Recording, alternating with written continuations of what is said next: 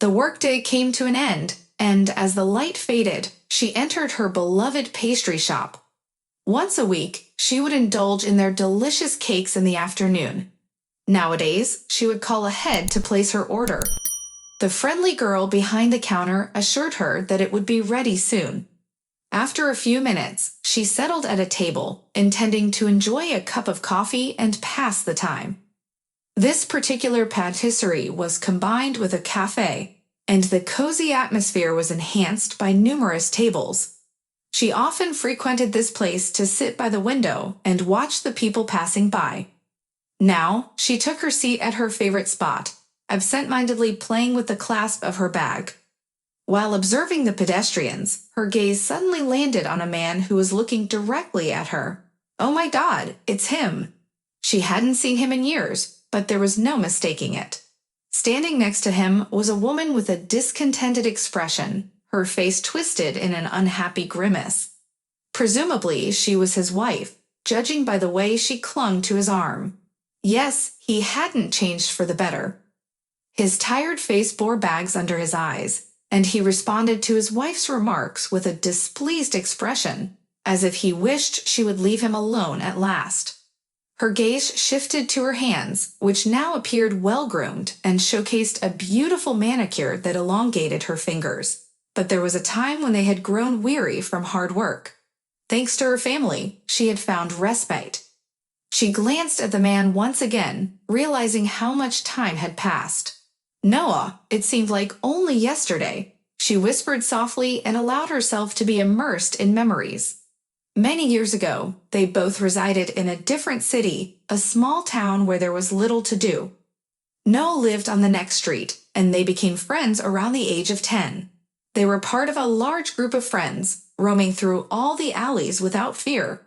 The older ones always looked out for the younger ones, but when they turned 14, their interests diverged, and they drifted apart. They had outgrown the street parties and Noah from the world. However, they continued to maintain their connection. Almost every day, Noah would come to Light's house and call out, "Emma, come out for a walk. I've come up with something interesting." Light would joyfully rush out onto the street, disappearing until late into the night. In the evening, Noah would see her off, making sure she safely reached home.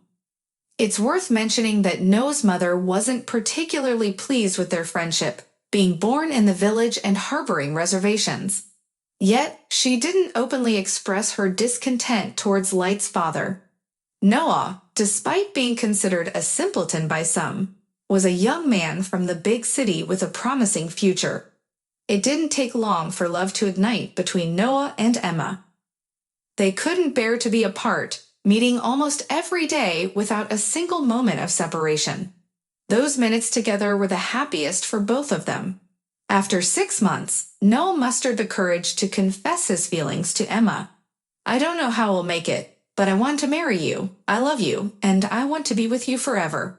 Emma's heart fluttered with joy. What more could a girl ask for than the love of a man she adored? Emma's parents were aware of the couple's deep affection for each other, but they cautioned them to be cautious. "He isn't from our social class, and his family's background may not welcome an early bride arrival. I worry about any potential trouble we might bring upon ourselves," her mother expressed her concerns. However, Emma reassured her worried mother, saying, "Mommy, don't worry. Everything is just perfect. We'll figure it out." Noah's mother was a wonderful woman, always greeting Emma with a smile. Whenever Emma visited their home, Noah's mother would shower her with treats and kindness. It was inconceivable for Emma to think of her as anything other than good-hearted. Besides, she would surely be delighted that her son was not spending time with troublesome friends and was involved with someone respectable. "Don't worry, girl. You're inventing everything," the world responded to Emma's concerns, assuring her mother. Yet, Emma's own mother, despite having married a country boy herself, was once a wise woman. She knew all too well that the world was filled with hypocritical individuals who wouldn't utter a single bad word to someone's face, but would readily smear them behind their back. Unfortunately, the naive and innocent Emma had yet to encounter such experiences and couldn't comprehend the true nature of such people. As time passed, the two young adults completed their schooling and shared dreams of attending the same university. Although Emma's parents couldn't afford the expenses of studying in another city, Noah reassured her that his mother was certain of a solution. For the first time, Noah's mother became aware of the seriousness of the young couple's intentions. After graduating from school, the two decided to marry and then proceed to college together. Their minds were filled with dreams, but soon reality would cast a shadow over their aspirations. When the time came to apply for college, Noah had a serious conversation with his mother. He solemnly informed her that he intended to marry Emma and asked for his mother's assistance in supporting his future wife's education. Noah spoke about it with such gravity that his mother was initially taken aback, fearing the consequences. However, she soon realized that there were no immediate negative repercussions, and she thanked God that their love hadn't caused any harm. Yet she couldn't help but express her displeasure to her son. "Do you truly understand what you're getting yourself into?" She questioned him, concerned about the weight of his decision. "I've been indulging your hobby all this time, considering it child's play, and now you talk to me about some wedding? You must be out of your mind. This redneck will never set foot in our house again, let alone be your wife. I have other plans for you. I won't let you ruin your life, Jennifer. Look at this situation prudently. You found a better match. Strange, isn't it? And she's not even expecting a child, unlike our unfortunate situation." Noah couldn't believe his ears. His mother, in a fit of fury, spoke such strange and unpleasant things. He had never heard her speak so poorly about another person, let alone pour out such a stream of hurtful words towards his beloved. His mother simply listened silently as he contemplated his decision to proceed. But his mother's anger didn't subside. She stormed off, heading to Emma's home to express her resentment to her parents. She yelled, hurling insults at the world, calling them all a bunch of upstarts. She made it clear that she would never allow Noah to marry into such a family. What did their foolish daughter even want? To be with a worthless individual who wouldn't amount to anything. The light sat in her room, shedding tears. Credit must be given to Emma's parents. They silently listened to Noah's mother's tirade, as if a stream of mud-filled words were directed at them. After the rude woman finished her monologue, Emma's father calmly stated, "Get out of our house and pray that your face will never cross our path again." Noah was taken aback by such a rebuff. Surprised and speechless, she didn't know how to respond. With a contemptuous snort, she swiftly left the house. Meanwhile, Emma and her parents had a serious conversation. Throughout it all, Emma cried, and her mother felt sorry for her. Her father reassured her, "He's not a suitable match for you, daughter. You're wonderful." They're supposed to be wealthy intellectuals, yet they show no respect to anyone. Even if they allowed you to marry him, your daily life would be miserable. That woman would devour you and spit out the bones. We wouldn't even be able to protect you. Forget it. That's my advice to you. You'll find your happiness. However, the light was determined not to succumb to her parents' wishes. Noah's mother took her away to another city to apply to university.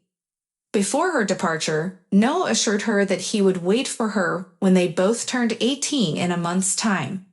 Noah's friend served as the messenger, delivering letters between them. They poured out their love for each other in those letters and dreamed of their eventual reunion. Noah revealed a specific location at the station where they were to meet. In her letter, Emma informed him of her train's arrival time and the designated meeting spot. She assured him that she would be waiting. She didn't wait for a reply and informed her parents that she was going to enter college on a scholarship. With their blessings and some money for the journey, they sent her off. Little did anyone know that Emma and Noah were embarking on a secret pact, ready to become a married couple. However, something went awry when light arrived. No one was there to greet her at the platform. She waited until nightfall, sitting on her small suitcase, but still nobody appeared. Dejected, she made her way to the cheapest hotel room she could find. The following day, she returned to the station in the early morning, hoping for a different outcome. But once again, the hours ticked by, and no one came. She spent another night at the hotel, depleting her dwindling funds.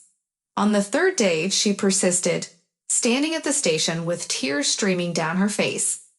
Yet not a single person offered her comfort or assistance. She felt utterly alone in an unfamiliar city, with an almost empty purse. Light cried and came to the realization that she had nothing left to do there. With what little money remained, she considered purchasing a return ticket. However, her attention was caught by a notice posted on the wall, an advertisement for a free school of cutting and sewing. She examined the details and tightly clenched the paper in her hands, crumpling it involuntarily. "You'll pay for that ticket," a voice shouted at her. "Are you just going to stand there like a statue?" Light answered firmly, "No, I won't." She turned around, ready to face her destiny with confidence. Light snapped out of her memories and once again glanced at the man before her. He no longer resembled the sweet boy she had once loved. It was because of him and his mother that she experienced such distress on the platform. However, she couldn't deny that it was also due to them that she had found incredible success. She had enrolled in the sewing school, and fortune had smiled upon her. She had encountered her future there. The moment she approached the teacher to inquire about a course, the girl burst into tears right in the teacher's office. To her surprise, provided reassurance and support. She even took the girl under her wing for the duration of her studies. It was this compassionate and skilled woman who taught her everything she knew, nurturing Light's talents. Throughout the learning process, Light admired her teacher, and soon the world began to admire Light for her own abilities. After completing her studies, Light started sewing custom orders, and her reputation quickly spread. Soon enough, she opened her own atelier. Within a few years, she expanded and opened 2 more, employing a team of skilled individuals whom she personally trained. Light's designs were adored by affluent ladies, with many dreaming of having their wedding dresses crafted by this exclusive artisan and designer. Her business thrived, bringing her considerable wealth. For many years, Light's life had been fulfilling but somewhat solitary. However, 2 years ago, she reconnected with William, a childhood friend. In their younger years, Light hadn't paid much attention to him, but now their meeting sparked a deep connection. They fell in love and eventually got married. Light glanced at the street where Noah stood. A car pulled up, and Noah hurried to assist his wife out of the vehicle. His mother, a formidable woman with a displeased expression, emerged with some difficulty. She grumbled at her son, making snide remarks. "Yes, come on, hold my hand, fool. I'm so lucky with my dim-witted son." "Why do I deserve such punishment, Olivia?" Light greeted the woman standing near Noah. "Hello, dear. I've missed you so much. Are you okay? How did my underdeveloped son treat you?" She spoke with a hint of amusement, almost laughing. "Yes, when he was younger, he wasn't the best, and now he's become a fool. Noah's fate, to put it mildly, hasn't been very favorable. But thanks to this family, Light is incredibly happy. Your order is ready. I apologize for the wait." The girl politely handed Light a large box. "Thank you. I had a wonderful time at your confectionery. I would say it was time well spent." Light put on her sunglasses, took the box, and left the pastry shop. She walked past the elegant trio, exchanging some remarks in their grouchy language. Naturally, none of them recognized her. But Light, filled with happiness, strolled along the sidewalk, heading toward her beloved husband, carrying their favorite cakes.